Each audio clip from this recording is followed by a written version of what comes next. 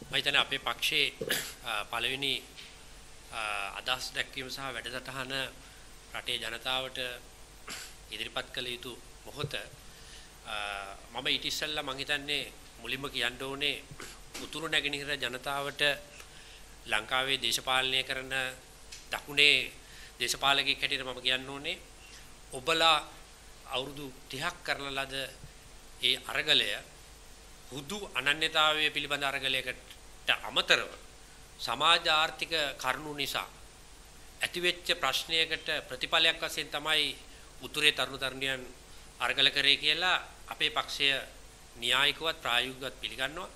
ඒ නිසාම ඔවුන් ත්‍රස්තවාදීන් ලෙස ඇමරිකානු අධිරාජ්‍යවාදයේ නම තමයි පීඩිත ජනයා සටන් කරාම ඒ අය ත්‍රස්තවාදීන් ලෙස හැඳින්වීම අපි කවදාවත් එහෙම සලකන්නේ නැහැ. අපි උතුරේ සටන් කරපු තරුණ තරුණියන්ව සලකන්නේ අපේ රටේ තරුණ තරුණියෝ හැටියට මිසක් ත්‍රස්තවාදීන් හැටියට නෙවෙයි. මගේ කතාව මෙතනින් පස්සේ සිංහලෙන් ඒ කියන්නේ දෙමළෙනුත් ඉස්සරහදීලා එයි. ඒක අන්තිමට ඔබට අහන්න ලැබෙයි. මම හිතන්නේ අපේ ඉදිරි පක්ෂයේ වැඩපිළිවෙල තුළ උතුරු නැගෙනහිර කලාපයේ ජනතාවගේ ප්‍රජාතන්ත්‍රවාදී අයිතිවාසිකම් පමණක් නෙවෙයි උතුරේ ජනතාවට අදාළ සමාජ ආර්ථික ගැටලු විසඳීම පිළිබඳව වැඩසටහනක් අපි දියත් කරනවා කියන එක කියන්න කැමතියි. ඒතකොට අපි මුලින්ම දකුණේ දේශපාලන තත්ත්වය පිළිබඳ කෙටි විශ්ලේෂණයකට ගියොත් අපේ දැන් තියෙන ප්‍රධානම ප්‍රශ්නේ තමයි වම දකුණ ભેදය ඉවර වෙලා ලංකාවේ දැන් තිබෙන්නේ ආණ්ඩුකරණය ගවර්නන්ස් පිළිබඳ ප්‍රශ්නයක්. ඒ කියන්නේ අපේ රටේ පාර්ලිමේන්තු බලය ගන්න පාලකයෝ රට පාලනය කරන හැටි දන්නේ නැහැ. දැන් ඒ නිසා රටේ තිබෙන්නේ මතවාද පිළිබඳ ප්‍රශ්නයකට වඩා අයිඩියොලොජිස් පිළිබඳ ප්‍රශ්නයකට වඩා ගවර්නන්ස් කියන ඒ කියන්නේ පාලනය පිළිබඳ ප්‍රශ්නයක් තමයි රටේ තියෙන්නේ.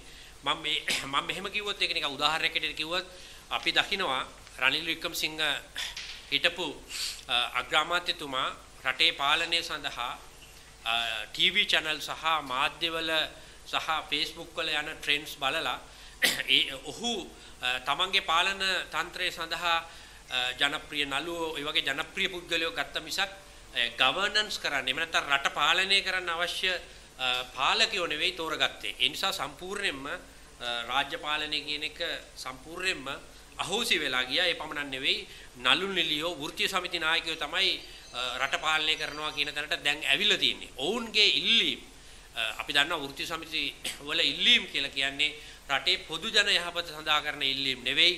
ඒවා ඇත්ත වශයෙන්ම තම තමන්ගේ වෘත්තීය සමිති වල වෘත්තීය අරගලවල ඉල්ලීම් පමණයි. අපි දන්නවා වෛද්‍ය සංගමය එතකොට හෙද සංගමය මේ වගේ අය ඉල්ලන්නේ අපේ ජාතික ප්‍රතිපත්ති පිළිබඳ ගැටලුවක් නෙවෙයි. ඒගොල්ලන්ට තියෙන්නේ ඒගොල්ලන්ගේ වෘත්තීය අයිතිවාසිකම් වැටුප් වැඩ කර ගැනීම වගේ ප්‍රශ්න. ඒ නිසා වෙලා තියෙන්නේ රාජ්‍ය පාලනය පිළිබඳ ප්‍රධාන ගැටලුව යටපත් වෙලා ගිහිල්ලා ඒ වෙනුවට ඇවිල්ලා තියෙනවා මේ රජයෙන්ම පඩි ගන්න නිලධාරීන්ගේ ගැටලු සමාජ ප්‍රශ්න දේශපාලන ප්‍රශ්න හැටියට අපි වටහා ගන්නවා. ඒ වගේම අපි දන්නවා රනිල් වික්‍රමසිංහ මහත්මයාගේ කාලෙදී දැන් රසීන් සාලි වගේ අය තමයි ලංකාවේ ගවර්නන්ස් කියන එක තීන්දුව කරේ. නමුත් සාමාන්‍ය මහජනයා දන්නේ නැතුව ඇති. ඒ වගේම දැන් මේ දැන් තිබෙන පාලන තන්ත්‍රය ඒ කියන්නේ ගෝඨාභය රාජපක්ෂ ජනාධිපතිතුමාගේ පාලන තන්ත්‍රය පාලනය කරන ඇතරම හිල්මි කාදර් සහ බැසිල් රාජපක්ෂ ඒ පාලනය වන්නේ පාර්ලිමේන්තුවේ නෙවෙයි. ඒකත් මම හිතන්නේ මහජනයා දැනගන්න ඕනේ. ඔය බොහෝ විට මාධ්‍ය වලින් එන ඔය එක එක නම් තියෙනවා චරිත හේරත් අරෝමියෝ කියලා. ඒගොල්ලෝ නෙවෙයි මේ රට පාලනය කරන්නේ. මේ රට පාලනය කරන්නේ හිල්මි කාදර් සහ බැසිල් රාජපක්ෂ. චෙක් කරලා බලන්න. මොකද ඒ තරම් පාර්ලිමේන්තුව ගවර්නන්ස් වලින් සම්පූර්ණයෙන්ම අයින් වෙලා තියෙනවා. ඒ නිසා අපි යෝජනා කරනවා රටේ ප්‍රධාන ප්‍රශ්නේ තමයි රාජ්‍යාන්තරේ කඩාවැටිලා ගවර්නන්ස් නැතිවීම නිසා අපේ රටේ පශ්චාත් යටත්විජිත රාජ්‍ය සම්පූර්ණයෙන් බිඳ වැටිලා තියෙනවා. ඒ යලි පිළිසකර කළ යුතුයි.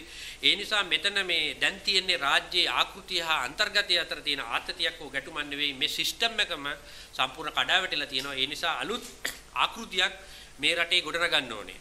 ඒ ගොඩනැගීමේදී අපි තේරුම් ගත යුතු මූලික සමාජ ගැටලු තමයි මෙන්න මේවා විසඳන්න ඕනේ. ඒ කියන්නේ රාජ්‍ය යන්ත්‍රයේ ආකෘතිය නැවත ගොඩනගනවා නම් ඒ ගොඩනැගී යුත්තේ මෙන්න මේ කියන මූලධර්ම යටතේ රටේ ප්‍රධාන පසමිතුරුතාවය එහෙම නැත්නම් ඇන්ටගනිසම් එක තියෙන්නේ ගම නගරයේ අතර. ගමේ ප්‍රාග්ධනයේ හිඟයි. ගමේ ඒ නිසාම පරායත්තතාවයක් තමයි පරායත්තතාවයක් තියෙන්නේ කොළඹට. හැම වෙලාවෙම ගම්වල මිනිස්සු රැකියා නැති නිසා කොළඹට එනවා. කොළඹ තිබෙන ලොකු තදබදයක්. ඒ තදබදයේ තමයි කොළඹ නගරයේ සහ රටේ ප්‍රශ්න වලට මූලික මේ తত্ত্বය බිහි කරලා තියෙන්නේ. ඒ කියන්නේ ට්‍රැෆික් වල ඉඳලා ත්‍රිවිල දක්වා ඇතිවෙච්ච සෑම සමාජ අලුත් ප්‍රශ්නයක්ම මතුවලා තිබෙන්නේ මේ ගම නගරයේ අතර තියෙන ප්‍රශ්නය රාජ්‍යයේ විසඳා නැති නිසා. ඒ වගේම කෘෂිකාර්මික ආර්ථිකයේ යල්පැන ගිය ස්වභාවය. ඊළඟට රාජ්‍ය නිලධාරීවාදී මේ රාජ්‍ය නිලධාරීවාදයේ ප්‍රතිඵලයක් නිසා තමයි චණ්ඩි දේශපාලනට ආවේ. අන්න එකත් අපි තේරුම් ගන්න ඕනේ. ඊළඟට දිගින් දිගටම ගම්වල තියෙන ප්‍රධාන ප්‍රශ්නයක් තමයි දරිද්‍රතාවය. පවර්ටි කියන එක. ඒක ක්‍රොනික්. ඒ කියන්නේ දිගින් දිගට පහුගිය අවුරුදු 30ක් තිස්සේ ඒක වර්ධනය වෙනවා. මිසක් කිසිදු උත්තරයක් අපිට ලැබිලා නැහැ. එතකොට ඒක තමයි මූලික රාජ්‍ය යන්ත්‍රය පිළිබඳ මූලික ප්‍රශ්නය.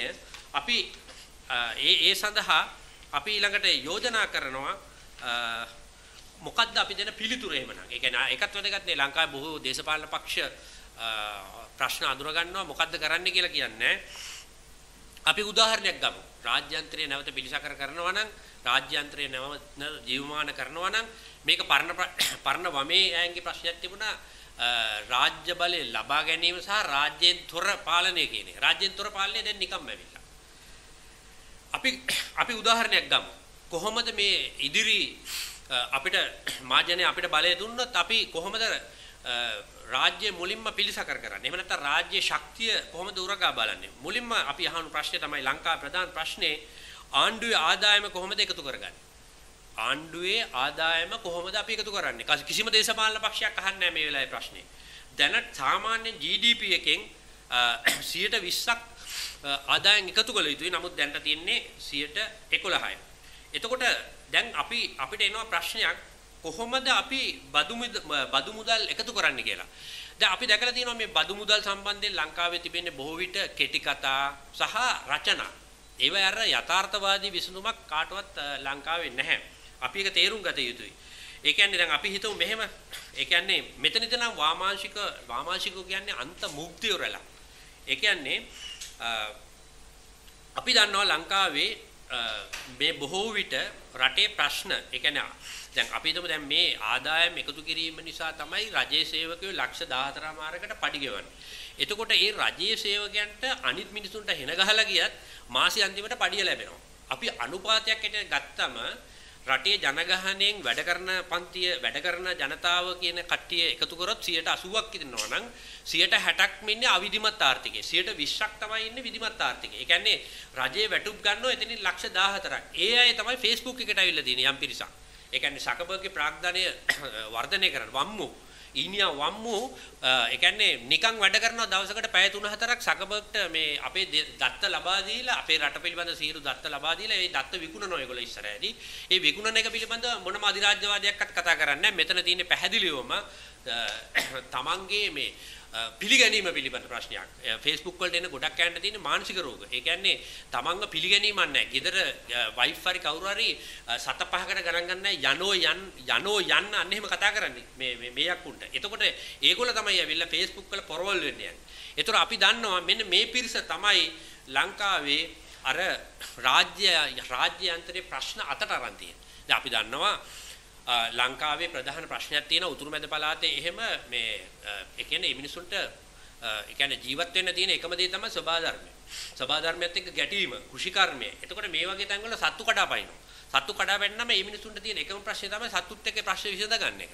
ඒක මේ කොළඹින් නෑන්ට මේ වැටුප් ගන්න අය රජයෙන් මාසික වැටුප ලක්ෂ 4ක් විතර ගන්න කට්ටියක් කොහොමද දන්නේ මේ මොකද්ද වෙන්නේ කියලා අනුරාධපුරේ. එතකොට දැන් අපි දන්නවා දැන් වෙනකොට පරිසර ප්‍රශ්න කියන්නේ ව්‍යුහාත්මක ප්‍රශ්නයක්. ධනවාදයේ දියුණු වෙනකොට ධනවාදයට එක්ක ගැට ගැහුණු ප්‍රශ්නයක්. එතකොට පරිසර ප්‍රශ්න විසඳන්නේ කොහොමද ධනවාදය ගැන ප්‍රශ්න අහන්න නැතුව? නැත්තම් එහෙම නැත්තම් සමහර ටෙලිවිෂන් නාලිකා ඒගොල්ලෝ කිසි ප්‍රශ්නයක් නැහැ ඒක කරාට තමන්ගේ නාලිකාව උස්සන්න. තමන්ගේ නාලිකාව හරහා එන ප්‍රතිරූප උස්සන්න යම් යම් අය ගෙනාවම ඒවා පරිසර ගැටලු බවට පත් වෙනවා ඊට පස්සේ. එතකොට මේ මාධ්‍යවල තිබෙන පශ්චාත් දූෂණ දේශපාලනය ගැන අවබෝධයක් නැති අය තමයි මේ පරිසර ගැටලු කියන එක ධනවාදයෙන් අයින් කළා වියුක්ත කළා පරිසර හුදු පරිසර ගැටලුවක් කරන්නේ. ඒ නිසා මිනිසා සහ පරිසරය අතර මේ ඇති වෙලා තියෙන ගැටලුව අපි හිතනවට වඩා සංකීර්ණයි සහ ගැඹුරුයි. අන්නේ ඒ අවබෝධයෙන් නැතුව හුදෙක් ලක්ෂ 4.5 පඩි ගන්න වාචාලයෝ කියන කතා කවුද ගණන් ගන්න කියලා මම අහන්නේ. කවුරුවක් ගණන් ගන්න නැහැ. අන්න ඒක අපි තේරුම් ගත යුතුයි. ඊළඟට අපි තේරුම් ගන්න ඕනේ දැන් අපි දන්නවා ධනවාදය කියන්නේ ජේ.ආර්.වත් ධනවාදය කියන්නේ සිරිමාවත් නෙවෙයි කියලා. ධනවාදය තියෙන්නේ අපි තුලමයි දැන්. අපි ඉස්සෙල්ලා හිතාගෙන හිටියේ ධනවාදය කියන්නේ ජේ.ආර් කියලා. දැන් මේ පක්ෂේ එක ඡන්දකින් එක සීට් එකක් ගන්න නැතුව ගියා. ජීවිත මමත් ඇතුළුව විශාල පරම්පරාවක් බලාගෙන හිටියා. ලංකාවේ එක්සත් ජාතික පක්ෂයේ පරද්දලිය වෙලා ධනවාදී වුණු සමාජවාදී පිටවන්නේ. මම හිතන්නේ බැසිල් රාජපක්ෂයේ සමාජවාදී පිටෙව්වා මොකද UMP එක සීට් එකක් ගන්න නැතුව ගෙදර ගියා. ඉතින් සමාජවාදී ආවද? නෑනේ.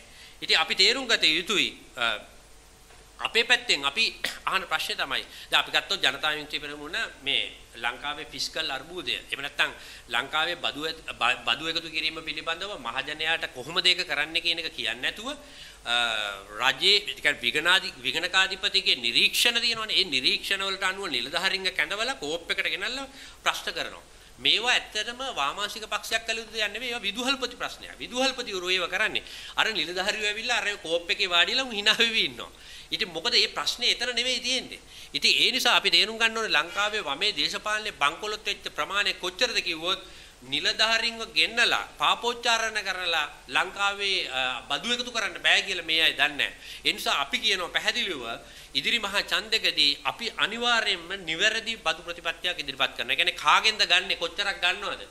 මේ කියන්නේ දැන් මේ අය හැංගිලා ඉන්නේ ඒ වෙලේ. ඒ කියන්නේ මේගොල්ලෝ මේ මොකද කප්පන්කාරයෝ මේගොල්ලෝ. අපි ඉස්සරහදී කතා කරන්න කාගෙන්ද කප්පන් ගන්නෙ කියලා. අපි එහෙම කිසි කෙනෙක්ගෙන් කප්පන් අරන්නේ නැහැ. කප්පන් ගන්නෙත් නැහැ. මහජනයාගේ මහජන මුදල් එක්ක තමයි අපි වැඩ කරන්නේ. නැත්නම් අපි මේ විදිහට නෙවෙයි මෙතන කතා කරන්නේ.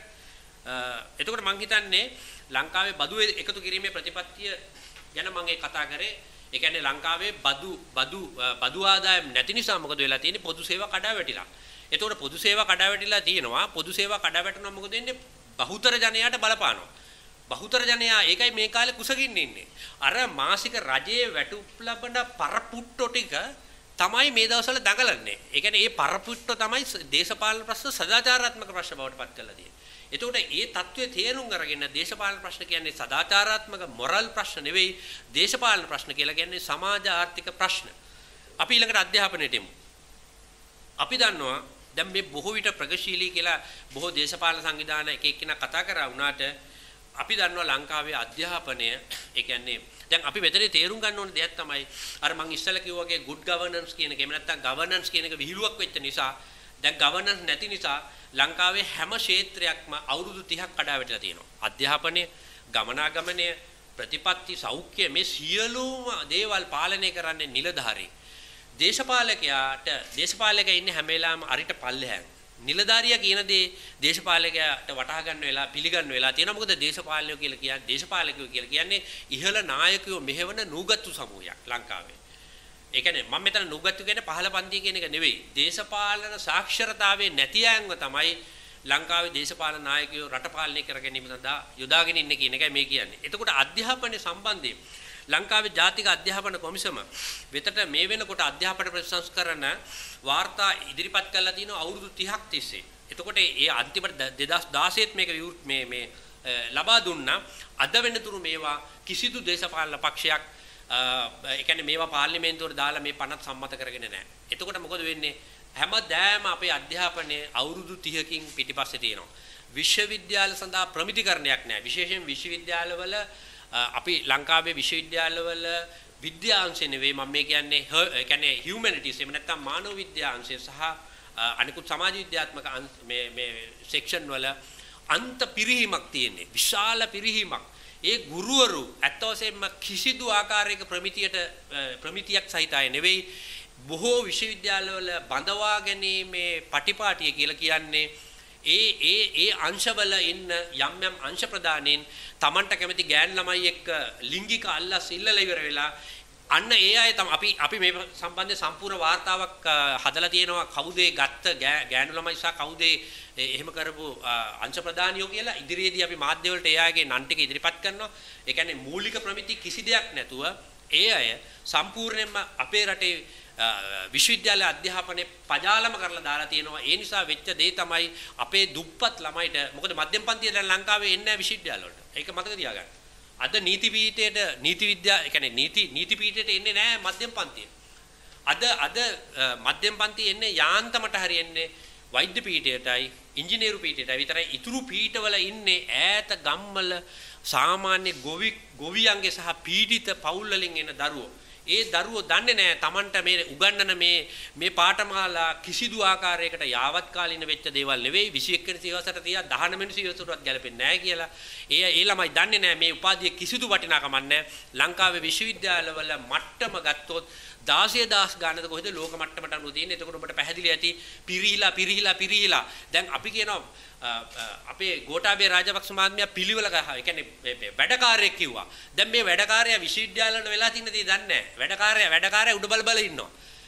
මේ විශ්වවිද්‍යාලවල කියන්නේ ඒ කියන්නේ පිස්සු නැටිල්ල කොච්චරද කිව්වොත් ගේට්ටු වල නනුත් දා ගන්නවා ඒගොල්ලන්ගේ නම්. මේ පබ්ලික් ෆන්ඩින් වලින් ගේට්ටු හදලා කොළඹ විශ්වවිද්‍යාලේ ඒකේ හිටපු මේ උපකුලපති කෙනෙක් ඒ පබ්ලික් ෆන්ඩින් වලින් හදපු ඒ ගේට්ටුවට තමන්ගේ නම දාගෙන තියෙනවා. ප්‍රජාතන්ත්‍රවාදයේ මහලුකොට කෑ ගහන සිවිල් සමාජය ඇතුළට ඇවිල්ලා බෙල්ල මිරිකෝ වගේ කෑ ගහන දේශපාලන ලිබරල් නඩය මේ විශ්වවිද්‍යාලවල මේ සිදුවෙන මේ අමානුෂිකකරණය සහ මේ සිදුවෙන ශාස්ත්‍රීය පරිහානිය ගැන කිසි කෙනෙක් කතා කරන්නේ නැහැ. ඒ නිසා අපි කියනවා අනිවාර්යයෙන්ම අධ්‍යාපන අමාත්‍යාංශයට අපිට බලය දුන්නොත් අනිවාර්යයෙන්ම ඉතාම කෙටි කාලයක් ඇතුළත මේ කියන පනත් ඔක්කොම අපි දානවා. ඒ විතරක් නෙවෙයි අලුතෙන් අපිත් මැදිහත් වෙලා තවත් අය මැදිහත් වෙලා හැදුවා ආචාර්ය ජයදේව උයන්ගොඩ වාර්තාව. ඒ වාර්තාව ක්‍රියාත්මක කරන්න වෙනවා.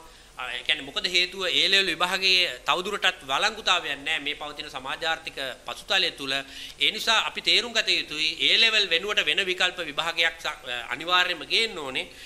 එම උයන්ගොඩ වාර්තාව අපි ක්‍රියාත්මක කරනවා. අපි පහුගිය අධ්‍යාපන ඇමතිවරයාටත් ඒක දුන්නා. නමුත් ඔහුට ඒ සඳහා හැකියාවක් තිබුණේ නැහැ. නිලධාරීන් මෙහෙवला නිලධාරීන්ගෙන් වැඩ ගන්න. මොකද නිලධාරියෝ කියලා කියන්නේ උදේ 8යි හවස 4යි රූටින් ජොබ් එකක් කරන්නේ. ඒ නිසා ඒ අය එතනින් එහාට මොකක්වත් කරන්නේ නැහැ. ලංකාවේ දැන් තියෙන මූලික ප්‍රශ්නය තමයි මේ නිලධාරී තන්ත්‍රයේ ප්‍රශ්නේ. නිලධාරී තන්ත්‍රයේ ප්‍රශ්නේ කියලා කියන්නේ බොහෝ මේ නිලධාරීන් කියලා කියන්නේ මමත් ඒ සමහර මේ ඔය ලේකම් කියන්නේ ලංකාවේ සිවිල් නිලධාරීන්ට උගන්වන සමහර පාඨමාලා වලට ගියා.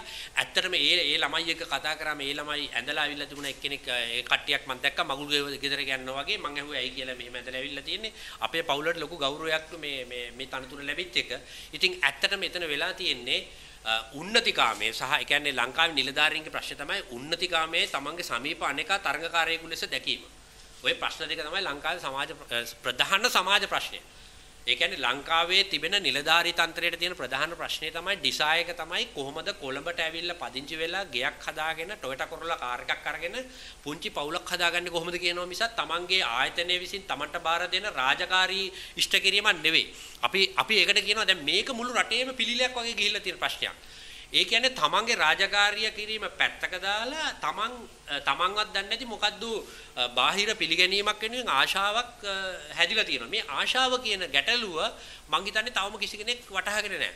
දැන් ගෝඨාභය රාජපක්ෂ මහත්මයා යුද්ධ කරාට සාර්ථකව මේ නිලධාරී තන්ත්‍රය බාරගත්ත ගමන් ඔහුට දැනෙච්ච නැති දේ තමයි ඩිසායර් කියලා ෆන්ක්ෂන් එකක් තියෙනවා මිනිසුන්ගේ ඔළුවේ. ඒ ආශාවට අනුවයි මිනිස්සු වැඩ කරන්නේ. එහෙම නැතුව Tamanට දුන්නු වැඩ රාජකාරී ඉලක්ක ඒව සපුර ගන්න යන්නේ නැහැ. ඒ මිනිස්සු බලන්නේ කාර් එකකින් ගමේ ගිහිල්ලා අනුන්ට පෙන්නන්නේ ඒ කාර් එක. ඉතින් ඒ වගේ පිරිසක් පාලනය කිරීමට ඒ වගේ පිරිසක් ගවර්න් කිරීම සඳහා යම්කිසි දැනුමක් තියෙන පිරිසක් රටේ පාලක විය යුතුයි කියන එකයි අපි මේ යෝජනා කරන්නේ. ඊළඟට අපි බලමු පළාත් පාලනය. සම්පූර්ණයෙන්ම කඩා වැටිච්ච දෙයක්. ලංකාවේ පළාත් පාලනය ඇත්තටම කියනවා නම් සහ මුලින්ම විනාශයටපත් වෙලා තියෙනවා. මේ අපි ළඟ තියෙන්නේ සම්පූර්ණයෙන්ම යල් පැන ගිය සුදු අධිරාජ්‍යවාදීන් හදපු පළාත් පාලන යාන්ත්‍රණය. මේ පළාත් පාලන යාන්ත්‍රණයට මොනවද කරන්න ඕනේ? පළවෙනියම අපි කරන්න ඕනේ පළාත් පාලන නීති වෙනස් කරන්න ඕනේ. අලුතෙන් මේ නීති රීති හදන්න ඕනේ. මේ ඊළඟට පළාත් පාලන ආදායම් එකතු කිරීම. මේ ආදායම් එකතු කිරීම කියන එකත් යල් පැන ගිය ක්‍රමයක්. ඒ කියන්නේ සාමාන්‍ය දුප්පත් ගෙදරකින් ගන්න වරිපණන් ගාස්තුවම තමයි විලාහයකින් ගන්න ගාස්තුවත්. එතකොට මේ බදු ක්‍රමය කිසිසේත් ලංකාවට ගැලපෙන්නේ නැහැ. මේක ඊටාම විෂම චක්‍රයක්. එතකොට අපි තේරුම් ගන්න ඕනේ අපි මේකේ මූලික කීපයක් තියෙන අදහස් අපි මෙහෙම කියන්න. අපි මුලින්ම යෝජනා කරන්නේ ප්‍රාදේශීය නගර අපි දන්නවා මේ සියලුම නගර පයින් යනවා. අපි ඒකට කියන්නේ පයින් යනවා කියලා. ඒ කියන්නේ ඔබට පේනවා ඇති මේ නගර පාර දිගේ ප්‍රධාන පාර දිගේ පයින් යනවා ඈතට. ගිහිල්ලා එහා නගරේ කඩාගෙන ඒක යනවා. ඒ නගරේ මේකට ඇවිල්ලා. දැන් මේ නගර නිර්ණය සීමා නිර්ණයක් කරගන්න බෑ. නගර ගිහිල්ලා පයින්. දැන් මේ නිසා කරන්න ඕන නගරයේ උඩටයි හදන්න ඕනේ. නගරය මේක නවත්තන්න ඕනේ. ඊළඟට මේවා යම් ආකාරයකට මුළු නගර පද්ධතියම දැන් අපි දන්නවා ඉස්සරහදී ඩිජිටල් ප්ලැට්ෆෝම් ආවට පස්සේ ඒ කියන්නේ ආර්ථික ඩිජිටලීකරණය වුණාට පස්සේ අපිට පුළුවන් වෙනවා මේ ඔය බඩු විකුණන එක සම්පූර්ණයෙන්ම මේ කඩ දාන්න දෙයක් නැහැ. ඒ වෙනුවට ඉන්ටර්නෙට් එකට ගන්න. එතකොට ඔය නගර ඔච්චර විශාල විදිහට දිගහැරෙන්න ඕනේ නැහැ. අපිට පුළුවන් වෙයාර් හවුස් එකක් ගහලා Amazon වගේ ඉතුරු බඩු ඔක්කොම විකුණීම සඳහා ඩිස්ප්ලේ කරන මේ දේවල් ඒවා අපිට වෙබ් අඩවි වලට පත් කරන්න පුළුවන්. එතකොට මම මේ කියන මූලික අදහස ආවම පරිසර ගැටලුවත් එතනදී විසඳෙනවා. මොකද කැලෑ කපන්න ඕනේ නැහැ, ගස් කපන්න ඕනේ නැහැ. මොකද නගරේ දැන් එහාට මෙහාට දුවන්නේ නැහැ. එතකොට මූලික වශයෙන් පළාත් පාලනය සම්බන්ධයෙන් අපි ඉදිරිපත් කරන මූලික ප්‍රතිපත්ති රාමුව තමයි මුලින්ම පළාත් නගරවල සීමා නිර්ණය කරන්න ඕනේ. දෙවෙනි එක තමයි පළාත් නගරවල ඉදිකිරීම වල ප්‍රමිතිය හදන්න ඕනේ. මෙතන එක පොඩි ගයක් තියෙනවා. දැන් කොළඹත් ඒ ප්‍රශ්නේ තියෙනවා. ඊට එහා පැත්තෙන් තට්ටු 70ක ගයක් හදනවා. තට්ටු නිවාස හදනවා. එතකොට මොකද වෙන්නේ අර මිනිස්සයාට? ඒ මිනිස්සයාගේ ඒ කියන්නේ ඩොමෙස්ටික් ඒරියා එක ඉවරයි ඊට පස්සේ. එහෙම නැත්නම් අපි දන්නවා අපේ ගේ මෙහෙම තියෙනවා එහා පැත්තේ වෙල්ඩින් ෂොප් එකක් පටන් ගන්නවා. එතකොට මොකද්ද වෙන්නේ?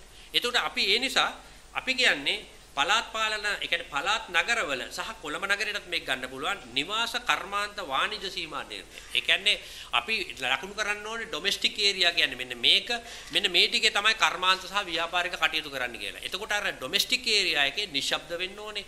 ඒ කියන්නේ මිනිසුන්ට තමන්ගේ විවේකයේ ගත කරගන්න පුළුවන් වෙන්න ඕනේ. ඒ තැන්වල කර්මාන්ත පිහිටවීම තහනම් කරන්න ඕනේ. ඊළඟට පළාත් අධ්‍යාපනය. පළාත් අධ්‍යාපනය සම්පූර්ණයෙන්ම අලුත් කරන්න ඕනේ. ඒ තමයි පළාත් ඒ පළාතේ තිබෙන ස්වභාවික සම්පත් සහ ඒ පළාත්වල පටන් ගන්න පුළුවන් කර්මාන්ත අනුව අපි ඒ පැත්තට ආයෝජන හඳුන්ලා දෙන්න ඕනේ. එතකොට ඒ පළාත් අධ්‍යාපනය සම්බන්ධ වෙන්න ඕනේ පළාත්බද්ධ ආර්ථිකයත් එක්ක. පළාත්බද්ධ ආයෝජන සමග. අන්නේ ඒ එකතු කිරීම අපි කරන්න ඕනේ. ඊළඟට අපද්‍රව්‍ය කළමනාකරණය. අපද්‍රව්‍ය කළමනාකරණය සම්බන්ධයෙන්ුත් බොහෝ පළාත් පාලන ආයතන වලට කිසිම ප්‍රතිපත්තියක් නැහැ. හැමතැනම බඩු ඒ කියන්නේ අපි දන්නවා කසල හැමතැනම විසිකල්ලා යන ඔහේ. ඒව ඉතින් ඔය සත්තු කඩාගෙන යනවා. අර මේ වගේ තත්ත්වයක් තියෙනවා. ඊළඟට පළාත් පාලන විනෝද කර්මාන්ත. ඒ කියන්නේ අපි පිළිගත යුතුයි. දැන් ස්පා රෝමය හැදෙනවා කිසිම සීමාවකුත් නැහැ. කිසිම සෞඛ්‍ය නීති රීතිත් නැහැ. එතකොට මේ වගේ විනෝදය මිනිසුන්ගේ විනෝදය සඳහා ඇතිවන ස්ථාන පිළිබඳව යම් කිසි ප්‍රමිතිගත කිරීමක් අපි බිහි කළ යුතුයි. මේක තමයි පළාත් පාලන මේ ආයතනයේ සම්බන්ධයෙන් කියන්න තියෙන්නේ.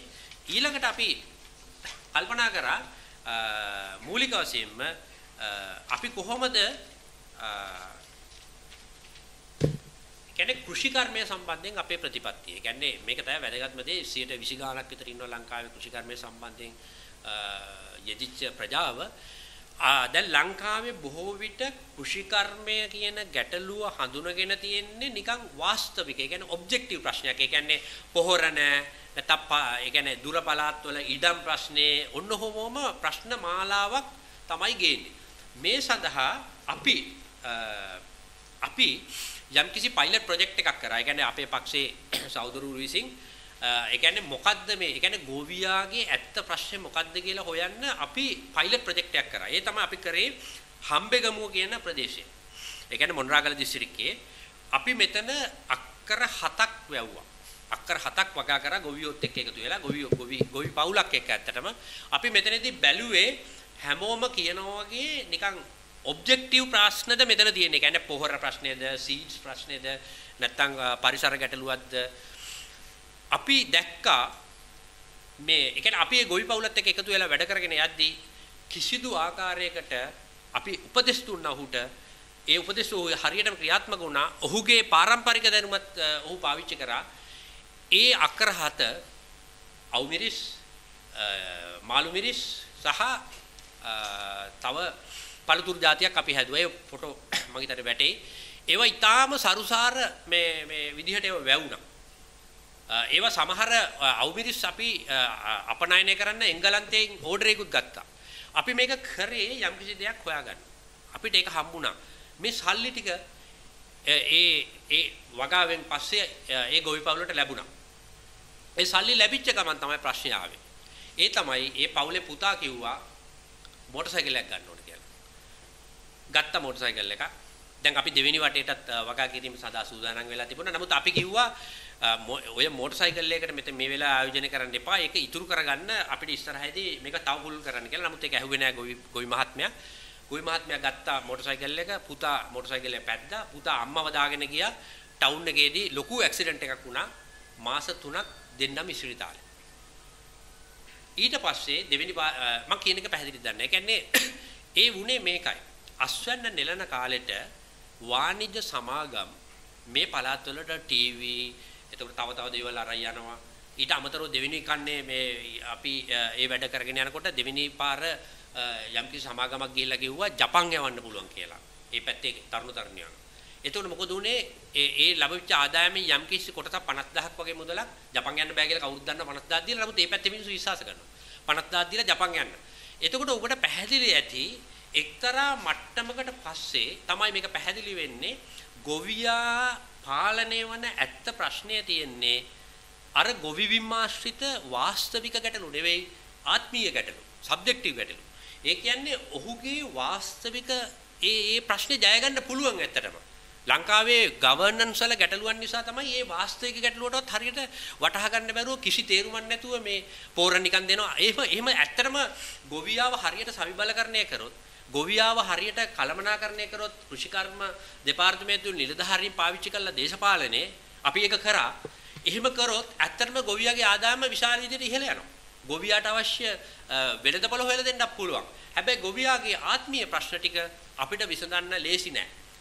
ලංකාවේ එතකොට කෘෂිකර්මය කියන විෂය හිර වෙලා තිබෙන්නේ ඔය කියනවා වගේ ඒ කියන්නේ සුබ සාධන ප්‍රශ්න. එහෙම නැත්නම් ඒගොල්ලන්ට කොච්චර සුබ සාධන දෙනවද? දැන් අපි දන්නවා චීනය, ඇමරිකාව, ජර්මනිය මේ වගේ දියුණු රටවලලත් සබ්සිඩිස් දෙනවා. ඒ කියන්නේ ගොවි විම්වලට ඒ කියන්නේ ගොවියාට විශාල විදියට සුබ සාධන ආර්ථිකයක් හදලා තියෙනවා. ඇයි ප්‍රශ්නේ ඒගොල්ලන්ට එන්නේ නැති ප්‍රශ්නේ ඇයි අපිට එන්නේ? අපිට එන්නේ එහෙ ගොවියව දේශපාලන සංවිධාන විසින් අර උපරිව්‍යුහේ ඒ කියන්නේ අපිව පාලනය වෙන්නේ නැහැ කියලා හිතන ක්ෂේත්‍රයේ පාලනය වෙන්නේ කොහොමද කියන පිළිබඳව යම් දැනුවත් කිරීම ඇති වෙලා තියෙනවා. ඒ කියන්නේ අපි මේකෙන් අදහස් කරන්නේ සංවර්ධන ජනමාධ්‍යවේදීන් අපිට අවශ්‍යයි. ඒ කියන්නේ දැන් ලංකාවේ ඉන්නේ මතවාද කළමනාකරණය කරන මේ ජනමාධ්‍යවේදීන් සහ PRලා. ඒ කියන්නේ පබ්ලික් රිලේෂන් ඔෆිසර්ස්ලා ඉන්නේ. ඒ කියන්නේ එක දේශපාලන නායකයෝ එක දේශපාලන පක්ෂවල PR එක හදන මාධ්‍යවේදියෝ තමයි කොළඹ ඉන්නේ. ඇත්තටම අපේ රටට අවශ්‍යයි. අර ආයත් අවශ්‍යයි. ඊට අමතරව අපිට මේ වෙලාවේ අපේ රටේ ගම්වල ආර්ථිකය විශාල වශයෙන් දියුණු කරන්න ඕන නම් අනිවාර්යයෙන්ම අපි කල යුතු දේ තමයි සංවර්ධන ජනමාධ්‍ය කලාව පටන් ගන්න ඕනේ. ඒ කියන්නේ සංවර්ධනයේ ආශ්‍රිත ජනමාධ්‍ය කලාව. එහෙම වුණාම තමයි ඔය දුර පළාත් වල ගස් කපන්නේයි දුර පළාත් වල දැන් උදාහරණයකට මෙහෙම ගමු. දැන් ලංකාවේ ඉඩම් මැනලා නැහැනේ හරියට. ඉඩම් මැනලා නැති නිසා මොකද වෙලා තියෙන ප්‍රශ්නේ? ඉඩම කාට අයිතිද දන්නේ නැහැ. එක කට්ටියක් කියනවා වනජීවියකට අයිතිලු. එක කට්ටියක් කියනවා මේ මොකද්ද ගොවි ජන සේවාවකට අයිති. තව කට්ටියක් කියනවා ඒ පළාතේ පළාත් පාලනයට අයිති. මෙහෙම ගියාම මොකද වෙන්නේ? ඒ ඉඩම සංවර්ධනය කරන්න බෑ. එතකොට අපි යෝජනා කරන්නේ අනිවාර්යයෙන්ම අපිට බලය දුන්නොත් අපි මේ ඉඩම් මනිනවා. දැන් අපි දන්නවා සමහරලාට නීතිඥ මහත්වරු මේකට අකමැති වෙයි. මොකද ඉඩම් ප්‍රශ්න තමයි ලංකාවේ ඉඩම් නඩු තමයි වැඩිම වැඩි. ඒ නිසා අපි මේ මහත්වරුන්ට කියනවා වෙන අංශකින් අපි මේ පුළුවන් තරම් ආදායම් දෙන්නම් කියලා කරුණාකරලා මේ ඉඩම් ප්‍රශ්නෙන් අයින් වෙන්න. ඉඩම් ප්‍රශ්නේ කියලා කියන්නේ ඉඩම් මැන්නේ නැති නිසා තියෙන ප්‍රශ්නයක්. ලංකාවේ අපි දන්නවා ජලය කේන්ද්‍රීය ශිෂ්ටාචාරයක් තියෙන්නේ. අපි තාම හරියට ධනවාදී වෙලා නැහැ. ඒ නිසා වෙන්නේ ජල කේන්ද්‍රීය ශිෂ්ටාචාරයක ඉඩම් කියන්නේ පබ්ලික් ප්‍රොපර්ටි කියන්නේ සාමාන්‍ය ගැමියෝ ලංකාවේ ගැමියා ඊළඟට ටවුන් එකට ඇවිල්ලා ගම ගැන සිහින දකින්න බුද්ධිමතා මේ දෙගොල්ලොම ඉඩම් දකින්නේ නිකන් පොදු දේපලක් හැටියට. ඒක ප්‍රයිවටයිස් වීම නිකන් නරකයි කියලා තමයි හිතන්නේ. නමුත් අපි ඒකට අවශ්‍ය විඥානය සපයනවා නම් අනාගතේ මං හිතන්නේ ගැමියෝ අපිත් එක්ක එකඟ වෙයි. මොකද ඔය ඒ ඉඩම් තියාගෙන මිනිස්සු වන්නේ මොකද මොනව කරන්නද කියලා. ඉතින් යම් ආකාරයක සංවර්ධන මාධ්‍යවේදීන් ලංකාවේ ඉන්නවනම් මේ ප්‍රශ්න දිහා හුදෙක් නිකන් අර අහසින් කඩා වැටෙනවා වගේ යුරෝපා කේන්ද්‍රීය පරිසරවේදයක් වෙනුවට අපේ ප්‍රශ්නත් එක්ක බැඳුණු පරිසරවේදයක් අපිට මේ හොයාගන්න පුළුවන්. ඊට අමතරව අපි පක්ෂයක් ඇටියට ඉදිරියේදී අනිවාර්යයෙන්ම අපි කාගේවත් දැන් අපි වගේ පක්ෂයක් ඉස්සරහට එනකොට සමහරු බයයි. මොකද හේතුව තමයි ඇත්ත වෙනස වෙනකොට මිනිසුන්ව වෙවුලනවා. අන්න එක මතක තියාගන්න. කියන්නේ ඇත්ත වෙනසක් කවුරු හරි ලංකාවේ කතා බොරු වෙනසවල් මිනිස්සු ලස්සට දන්නවා බොරු වෙනස පුළුවන් තරම් පුම්බනවා. දැන් ලංකාවේ මාධ්‍යවේදියෝ හුඟක් දේශපාලඥයෝ ළඟට ගියාම ඒගොල්ලෝ යන්නේ ඉස්සෙල්ලාම දන්නවා මෙයාකා මෙන්න මේ විකාර ටිකක් විතරයි කරන්නේ මේක කියලා. හැබැයි ඇත්ත වෙනස කරන්න යනවා නම් කවුරු හරි වෙවුලනවා. වැඩියෙන් මේ වෙවුලන්නේ වම්මු ලංකාවේ. බය වෙන්න බීතියෙන් වෙවුලනවා. ඉතින් මම කියන්නේ දැනට ඒ වම දකුණ ભેදේ ලංකාවේ ඉවරලා තියෙනවා. ලංකාවේ ප්‍රධාන ප්‍රශ්නේ ගවර්නන්ස් නම් අපේ ඉඩම් ප්‍රශ්නේ අපි විසඳන්න ඕන නම් බය නැතුව අපි ඒකට මැදිහත් වෙනවා. දැන් උදාහරණයකට ගොඩක් අය ඔය ඉඩම් මනින්න යන ප්‍රශ්නේදී බය වෙලා පස්සට ගන්නවනේ කකුල. ඒ බය වෙලා පස්සට ගන්නේ ඒ පිළිබඳ දෘෂ්ටිවාදී අරගලය කරන්න අවශ්‍ය දැනුම මේ ඉන්න දේශපාලකයන්ට නැහැ. ඒ අය බයයි. ඒ අය වමේ යන්නට බයයි. මෝඩ වම්මුන්ට බයයි. අනිත් පැත්තෙන් වෘත්තීය සමිති නායකයෝ ඉන්නවා. ඒගොල්ලන්ට බයයි. එතකොට අපි කියන්නේ අපි දෙගොල්ලෝ කන්ෆර්ම්. ඒ කියන්නේ කන්ෆ්‍රන්ට් වෙමු. දෙගොල්ලෝ අභිමුඛ වෙමු. අභිමුඛ වුණාම අපේ පක්ෂයේ ඉන්න සහෝදර සහෝදරියොත් ඉස්සරහදී එයි. අන්නේ ගැටුම තමයි ලංකාව වෙනස් කරන ගැටුම බවට පත් වෙන්නේ. අනිවාර්යයෙන්ම අපි ඉස්සරහදී අපි ඡන්දවලට ඉදිරිපත් වෙනවා. අපි ඒකයි මේ අලුත් නම දැම්මේ. මොකද අපේ ඉස්සලා තිබිච්ච නම වෙන සංවිධානයක නමක් එක්ක පැටලි තිබුණේ මහජනයාට. අපි තව දෙයක් කියන්න කැමතියි මේක අහගෙන ඉන්න සියලුම මහජනයාට කරුණාකර අපිත් එක්ක එකතු වෙන්න. වැඩ කරන්න එකතු වෙන්න. ඔබේ අරමුදල් අපිට දෙන්න.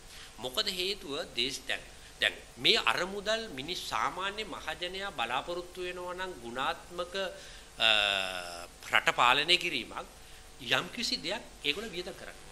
නැත්තම් වෙන්නේ ව්‍යාපාරිකව තමයි දේශපාලකයන් ගන්න. දැන් උදාහරණයකට අපි වුණත් මෙහෙම යනකොට මහජනයා අපිට උදව් කරන්නේ නැත්තම් මේ දක්වාන කාගවත් අපි ගත්තේ නැහැ එහෙම. අපිව පුළුල් වෙනවා නම් අපිව මහජනයා අතර ජනප්‍රිය වෙනවා නම් සල්ලි දෙනවා. අපි දන්නවා විමල විරාජ මහත්මයාට එක වෙලාවකදී මිලියන් 50ක් විතර දුන්නා එකපාරට ඇවිල්ලා මේ ව්‍යාපාරිකයෙක්. ඒ දුන්නේ එයා කරපු වැඩක් හින්දා. මොකක් හරි වැඩක්. ඉතින් අපි කියන්නේ හැංගිලා තිරෙන් පිටිපස්සේ ලංකාවේ දේශපාලනය පාලනය වෙන්නේ ව්‍යාපාරිකයන්. ව්‍යාපාරිකයෝ 10 දෙනෙක් අපි කවුරුත් දන්නවා සල්ලි දෙනවා. ඒ වගේම අනිත් එක ව්‍යාපාර කිරීම සම්බන්ධයෙන් අපිට ගැටලුකුත් නැහැ. මම දැක්ක මේ ඊයේ පෙරේදා වාමාංශික පක්ෂයක නායකයෙක් කිව්වා ධම්මික පෙරේරා මේ බලන්න මේ වගේ වසංගත මොහොතක ධම්මික පෙරේරා බිස්නස් කරන එක ගැන කතා කරනවා. ඇත්තටම මේක මෝඩ කතාවක්. අර තමන්ගේ තියෙන වාමාංශික නුගත්කම. ධම්මික පෙරේරා මහත්තයාගේ යැපෙන කටවල් තියෙනවා 56000ක් විතර. ඒ 56000ට කන්න දෙන්නේ මේ මිනිස්සයා. ඒ කියන්නේ ධම්මික පෙරේරා මේ වෙලාවේ බිස්නස් කරන එක තමයි හොඳ. ඒ නිසා බිස්නස් ගැන අපිට කිසිදු ආකාරයක සදාචාර විරෝධයක් නැහැ. හෙට සමාජවාදය එන්නේත් නැහැ. ඒ වගේම සමාජවාදය කියලා කියන්නේ ලෝක මට්ටමින් ෆේල් වෙච්ච ක්‍රමයක්. ඒ නිසා අපි ඊට වඩා උසස් ක්‍රමයක් හිතන්න ඕනේ. ධනවාදයට ඉහළ ක්‍රමයක් හිතනකොට සමාජවාදය නෙවෙයි උසස් ක්‍රමය. ඊට වඩා උසස් ක්‍රමයක්. ඒ උසස් ක්‍රමයේ සඳහා ධනවාදයත් කොමියුනිස්ට්වාදයත් අතර ඩයලෙක්ටික සම්බන්ධයක් තියෙනවා. ඒක එකපාර ධනවාදය හිස් කරන්න බෑ. යම්මැම්මට ඒකට අවශ්‍ය පොත්පත් කියවුවා මේක තේරෙයි. මම මේකට පොඩි සාමාන්‍ය මහජනයාට තේරුම් කිරීමට අපේ ක්‍රමවේදී අපි කියන්නම්. ඔබ දන්නවා වාහනයකට නයිට්‍රජන් ගහන්න ගියාම කලින් තියෙන්නේ නිකන් වාතය නම් ඒ මැෂින් එක හරියට තිබුණොත් ඒ මැෂින් එකෙන් කරන්නේ ඒ වාතය පොඩ අඩු කරලා හිමීට නයිට්‍රජන් යවනවා. ඒක තුලනයක්. ඒ වගේ තමයි අපි කියන්නේ. ධනවාදයේ එකපාර බොක්ස් ගාලා හෙට උදේ අයින් කරන්න බෑ. එහෙම කවුරු හරි කියනවනම් අමු තක්කඩියේ.